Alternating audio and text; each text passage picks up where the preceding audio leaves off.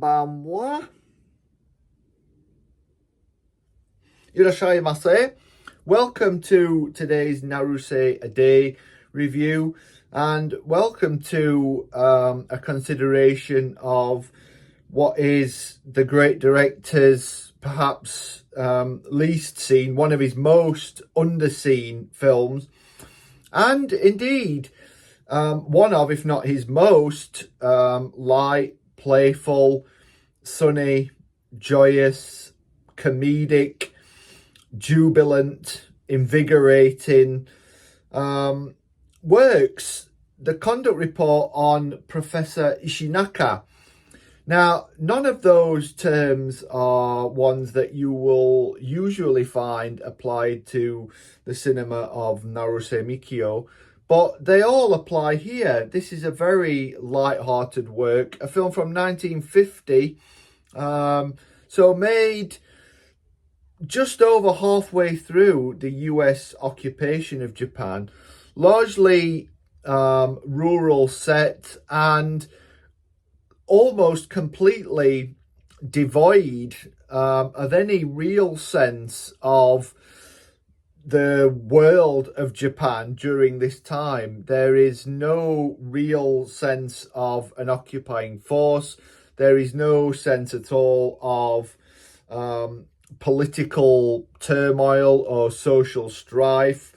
And there is every sense of a kind of sort of jubilant, romantic effervescence. This is a film that tells three distinct stories, ones that are linked only by the presence of the eponymous Professor Ishinaka. In one story, a man who has apparently buried buckets of gasoline out in the Japanese countryside returns with a party to try and find them. In the second, an argument between two acquaintances and their respective children who are on the verge of forming a relationship erupts because of the two acquaintances frequenting of a so-called nude female show.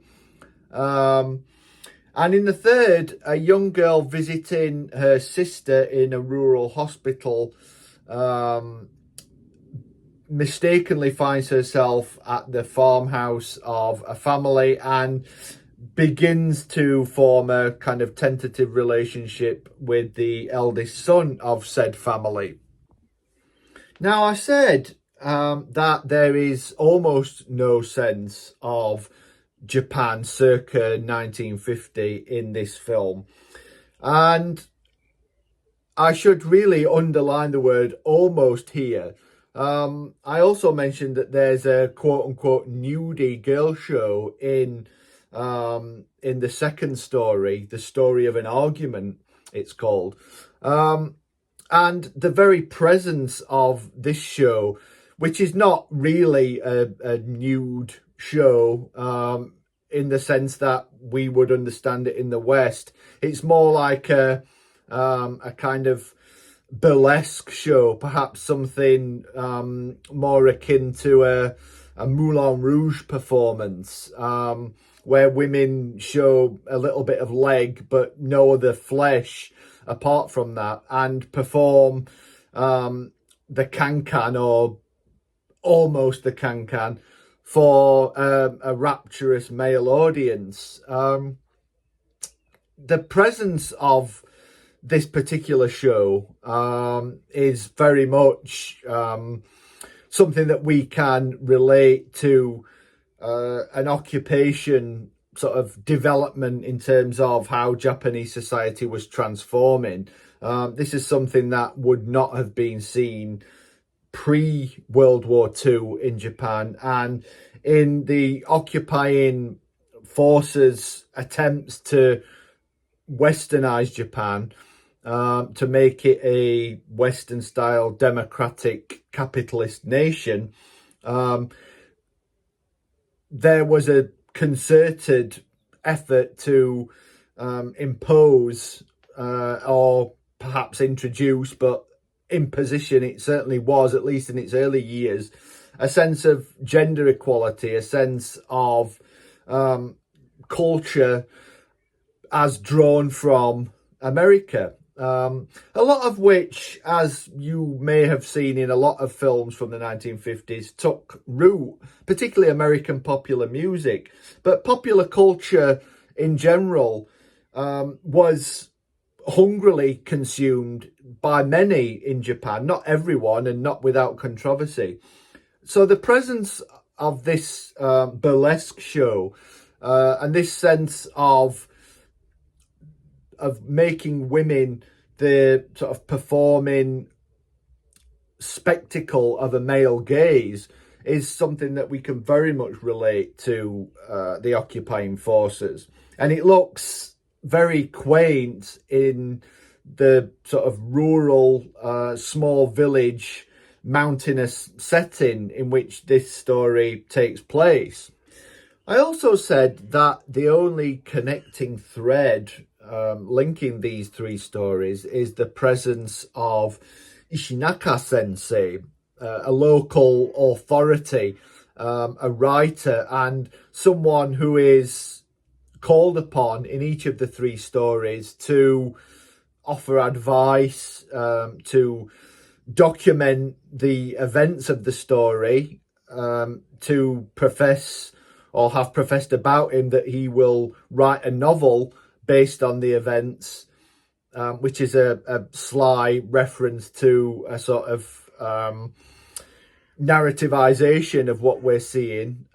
Again, a kind of meta-cinematic or meta-fictional subtext throughout, and something we see in other Naruse films like Hideko the Bus Conductress, of which, or with which, this film actually shares quite a bit.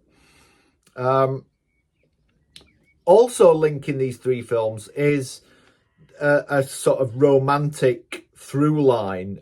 Each of the films ultimately begins to revolve around the story of courtship, of the coming together of a man and woman looking forward to marriage.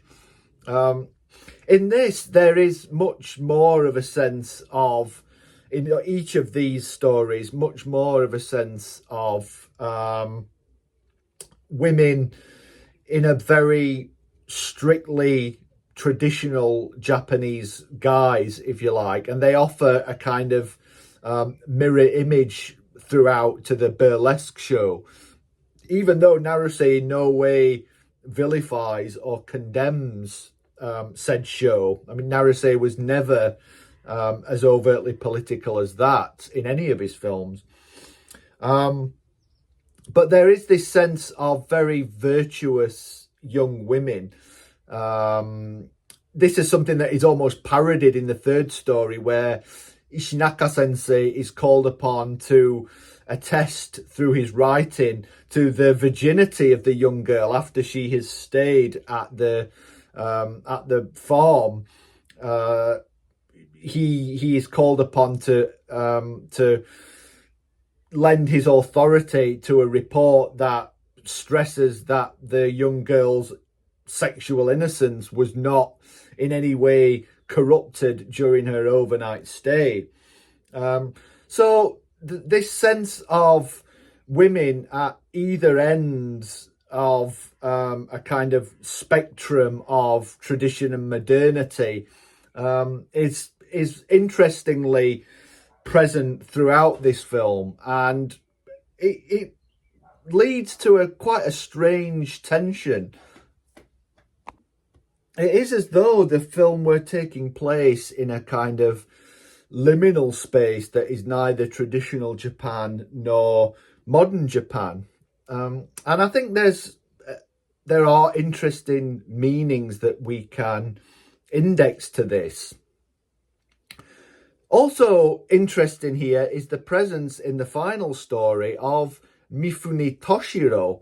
Perhaps not an actor you would expect to pop up in a Naruse film, but he was contracted to Toho Studios as was Kurosawa Akira. So their cinematic partnership, which was just beginning at this time, which had just begun a few years before, also is a result of a Toho Studios production line.